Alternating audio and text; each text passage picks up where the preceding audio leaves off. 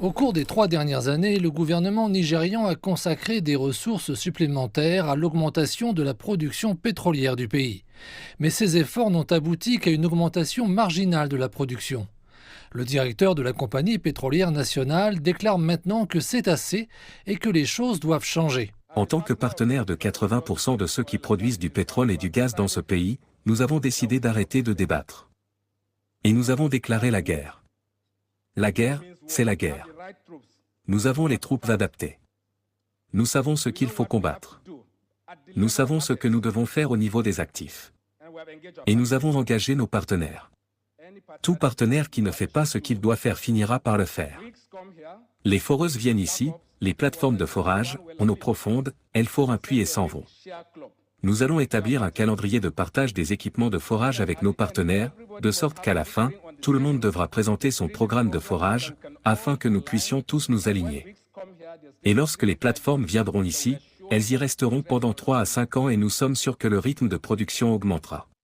Le gouvernement affirme être prêt à tout pour accroître la production pétrolière afin d'augmenter les recettes et de relancer l'économie.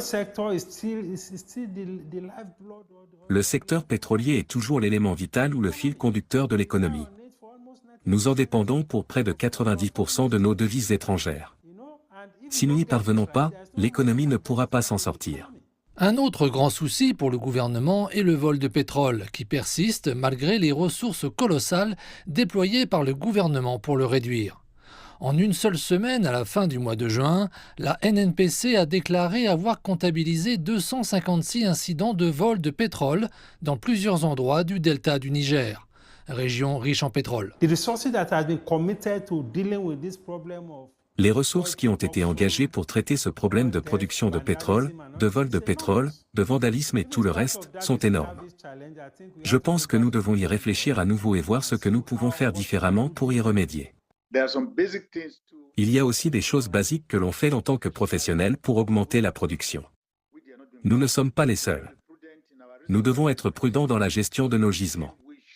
Ensuite, nous devrions être en mesure de revenir aux puits existants et de procéder à une évaluation correcte. Ça ne coûtera pas très cher. La direction de la NNPC se dit confiante dans la capacité de sa dernière mesure d'urgence à relancer la production de pétrole. Mais pour beaucoup, ces propos relèvent d'un optimisme prudent. Ils ont déjà vu plusieurs mesures de ce type se succéder, mais le problème persiste.